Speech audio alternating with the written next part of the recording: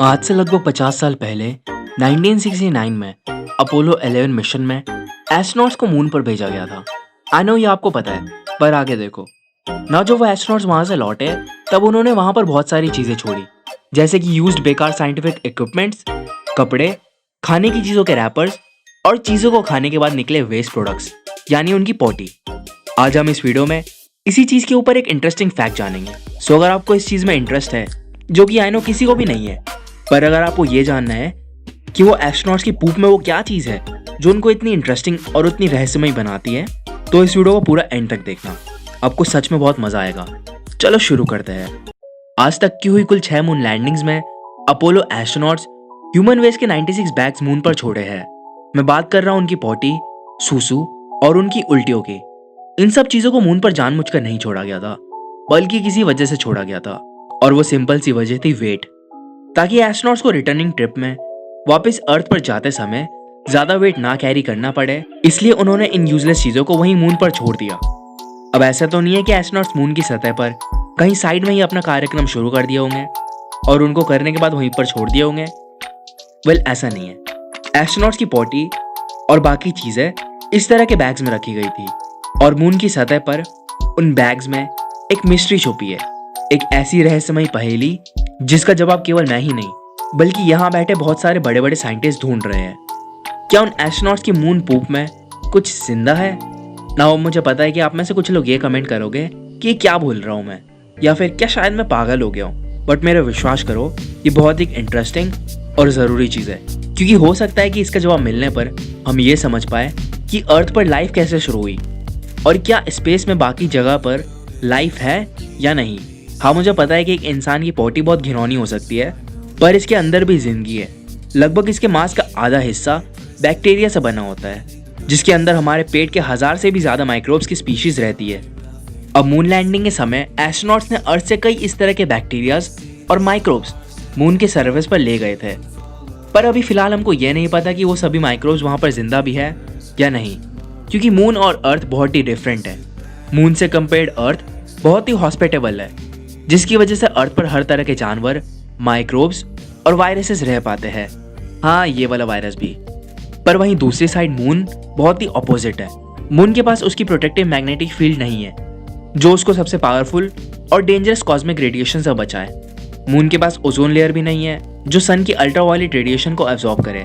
उसके पास एटमॉस्फेयर भी नहीं है, और यहाँ तक कि मून पर वेदर स्विंग्स भी होते हैं। मतलब कभी तो वहाँ का टेम्परेचर बहुत ही ज़्यादा ठंडा होता है और कभी बहुत ही ज़्यादा गर्म। अब यहाँ अर्थ पर कुछ ऐसे साइंटिस्ट हैं जो ये कहते हैं कि किसी इंसान को वापस मून पर भेजा जाए और वो इंसान उन एस्ट्रोनॉट्स की पूप को वापस अर्थ पर ले आए। क्यों? ये साइंटिस्ट ऐसा क्यों करना चाहते हैं? वेल, इसके दो बहुत ही इंटरेस्टिंग रीजंस है। पहला रीज़न है मार्स। सालों से साइंटिस्ट इस चीज़ का पता लगाने पर लगे पड़े हैं कि क्या मार्स पर लाइफ पॉसिबल है, और शायद आज साइंटिस्ट इस चीज़ का पता लगाने के बहुत ही करीब है। मार्स पर बहुत ही थिन एटमॉस्फेयर है, बहते पानी का एविडेंस है, और मून से कंपेयर्ड मार्स बहुत ही हॉस्पिटेबल है, यानी रहने लायक जगह है। अगर बाय चांस माइक्रोब्स मून पर सर्वाइव कर लेते हैं तो वो मार्स पर भी बहुत आसानी से सर्वाइव कर पाएंगे। क्या होगा अगर ह्यूमंस मार्स पर जाए और वहाँ अपनी पॉटी छोड़ाए? क्या तब इस केस में माइक्रोब्स वहाँ पर सर्वाइव करेंगे?